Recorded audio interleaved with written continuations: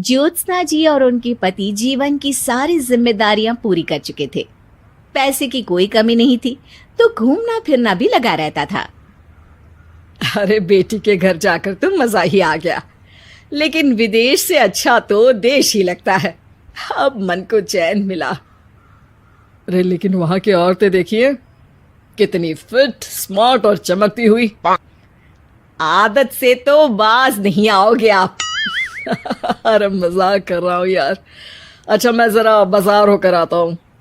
पति बाजार जाता है, जहां उसे एक अजीब सी दुकान दिखाई देती है।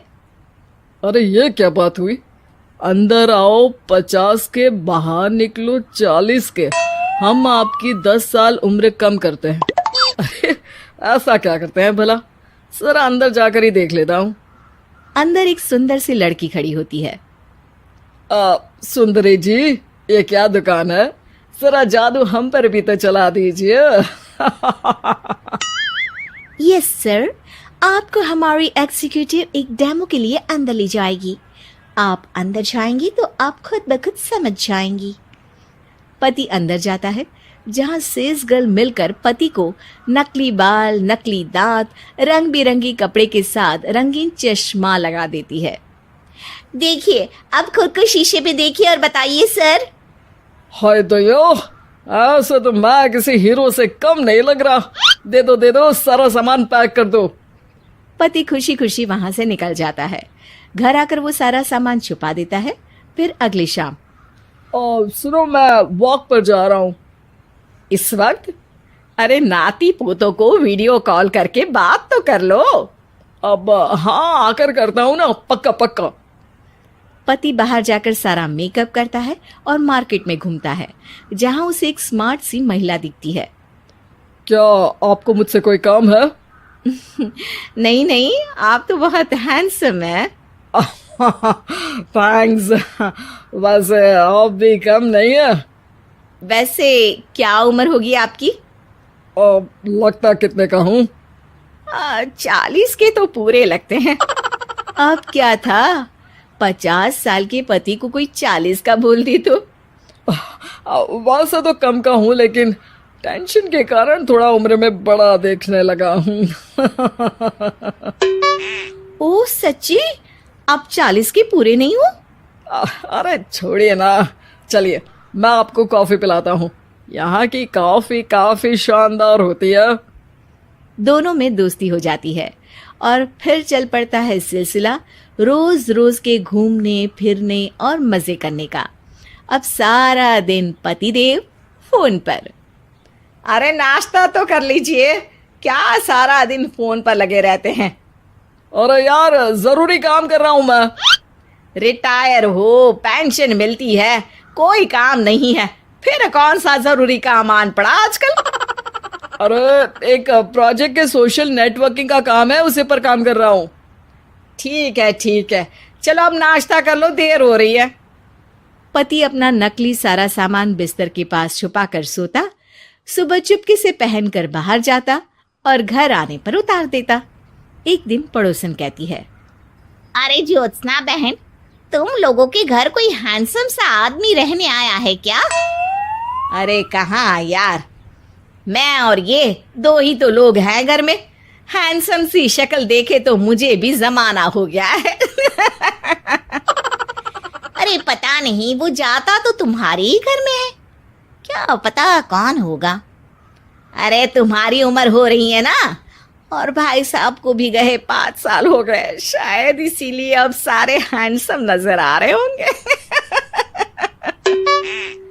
पड़ोसन भी ज्योत्सना की बात पर मुस्कुराकर वहां से चली जाती है। एक दिन, अरे सुनो जी, बहू बेटा और पोता आ रहे हैं, कुछ दिनों के लिए वो हमारे साथ ही रहेंगे। अरे शिट यार, ये क्या है? बेटे ने तो कर ली शादी, अब क्या करने आ रहा है यहाँ पर? अरे कैसे बात कर रहे हो जी, इस उम्र में तो माता पिता तरसते हैं कि बच्चे आकर साथ रहे, लेकिन आप हैं कि। अरे ठीक है ना, लेकिन अब देखो सभी व्यस्त हैं अपनी जिंदगी में, ये लोग आएंगे रहेंगे, कितनी डिस्टर्ब हो जाएगी लाइफ। कैसी बात कर रहे हो? अरे जैसे बहुत हैपनिंग है ना तुम्हारी लाइफ, तो जो बच्चों के आने से डिस्टर्ब हो जाएगी। अरे दिन काटने मुश्किल होते हैं, बच्चे आ जाएंगे तो थोड़ा दिन रात पता तो चलेगा। ओफो, ठीक है, लेकिन बोल देना कि ना कोई मेरे कमरे में आए, ना मेरी लाइफ पे दखल दे कि मैं कहाँ जा रहा हूँ, क्या कर रहा हूँ, समझी? खैर, वो दिन भी आ जाता है जब बहू, बेटा और पोता उन लोगों के घर आते हैं। एक दिन, माँ जी, आज मेड नहीं आई है तो मैं आप लोगों के कमरे में झाड़ू लगा देती हूँ। अरे नहीं बहू, वो तेरे पापा को ना पसंद नहीं है कि कोई उनके कमरे में जाए। तू छोड़ ना, मैं खुद ही लगा दूंगी। सास को समझ में नहीं आता कि आखिर उसके पति ने किसी को कमरे में जाने से मना क्यों कर रखा है। खैर, वो साफ सफाई करके बाहर निकल आती है, लेकिन कहते हैं ना, बच्चा तो अबोध होता है, उसे किसी बात का क्या पता। वो खेलते खेलते दादा के बिस्तर तक पहुंच जाता है और बाहर ले आता है दादा का वो सारा सामान जो वो लगाकर घूमते थे। ज्योत्सना की नजर उस सामान पर पड़ती है। वो बच्चे से पकड़कर कमरे में लाती है और पैकेट खोलकर देखती है। हाय रे दैया, ये क्या लग रहा है कि आजकल ये प्रोजेक्ट नया मिला हुआ है। बेटे बहू के जाने के बाद ज्योत्सना सोचती है कि वो बात करेगी, लेकिन फिर अरे खुद से बात करूंगी तो मुकर जाएंगे। पता लगाना होगा कि माजरा क्या है। कुछ दिनों बाद, अरे यार, ये बच्चे लोगों के आने से लाइफ ना बड़ी डिस्टर्ब सी रही। मैं कुछ देर के लिए वॉक पर जा रहा हूँ, आराम से आऊँगा 2-4 घंटों के बाद, ठीक है? मैं क्या सोच रही हूँ कि मैं भी आपके साथ चलती हूँ। अरे थोड़ा रिलैक्स मैं भी तो हो जाऊं।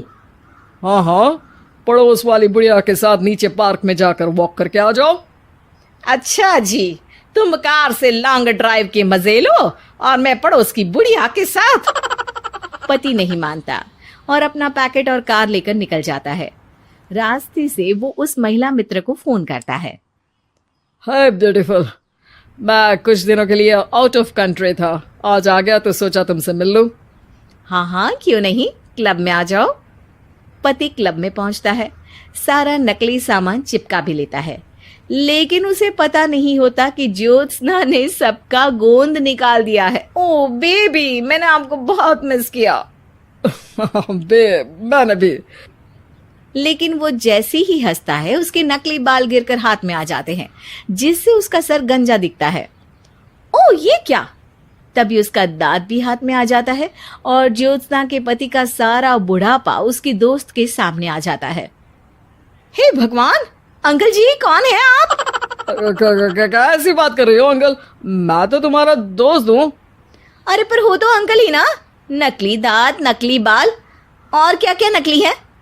पति को गुस्सा आ जाता है। वो महिला के बाल पकड़कर खींचता है, जिसके बाद उसका बाल भी उसके हाथ में आ जाता है और महिला के सारे पके बाल सामने आ जाते हैं। ओह, तो तुम भी उसी दुकान से हो?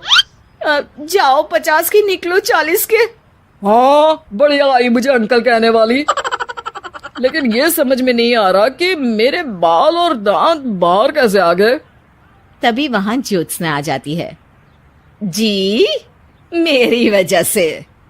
चलिए इन आंटी जी को नमस्ते कहिए, फिर घर चलते हैं और वहां मैं बनाऊंगी आपको 40